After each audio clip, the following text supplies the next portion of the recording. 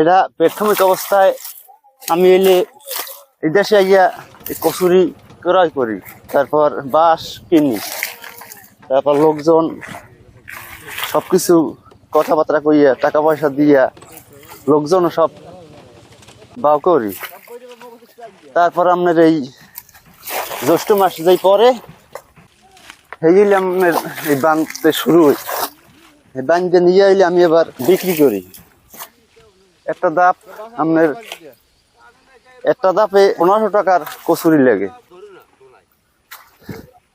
তারপর বানতে লাগে আমের, বানতে এই যে লোকজন লই আইছি এই যে ওইলে ঠিকা হিসাবে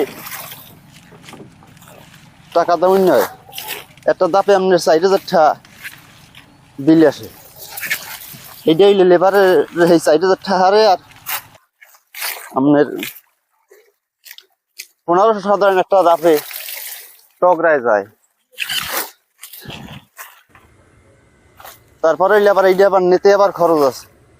এটা তো মনোহরপুর, এখান থেকে বৈঠিকাটা, মুগার জোর, তারপর ওই টগরার হাট, চিতলি, এই সমস্ত জায়গা আমি নিয়ে বিক্রি করি। একটা দাপে আপনার 8000 টাকার মতো, 8000 9000 এরকমের বিক্রি করি।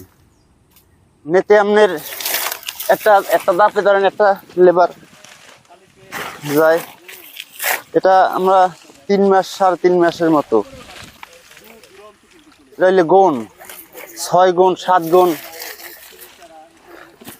মাসে তো 2টা গুণ হয়, একটা অমাবস্যার গুণ, একটা পূর্ণিমার গুণ। ওই গুণে আবার নিতে হয়, আবার ভাড়া গায়ে নেওয়া যায় না।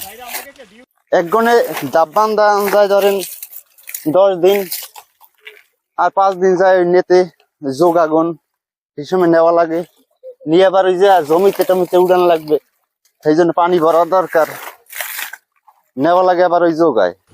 এক সিজনে মনে করেন 100 রশির মতো, হ্যাঁ 60 হাত করে একটা বান্ধি হয়। 120 হাত হইলে 1 রশি, এর 100 রশির মতো বছরে সিজনে বান্ধি। 3.5 হাত উঠারে উঠবে, 3.5 হাত পাশে চওড়া, আর বহর আপনার 3 হাত 3.5 হাত বহর হইবে। আমার যে গ্রুপ, আমার গ্রুপে লোক আছে ধরেন 30-35 জন।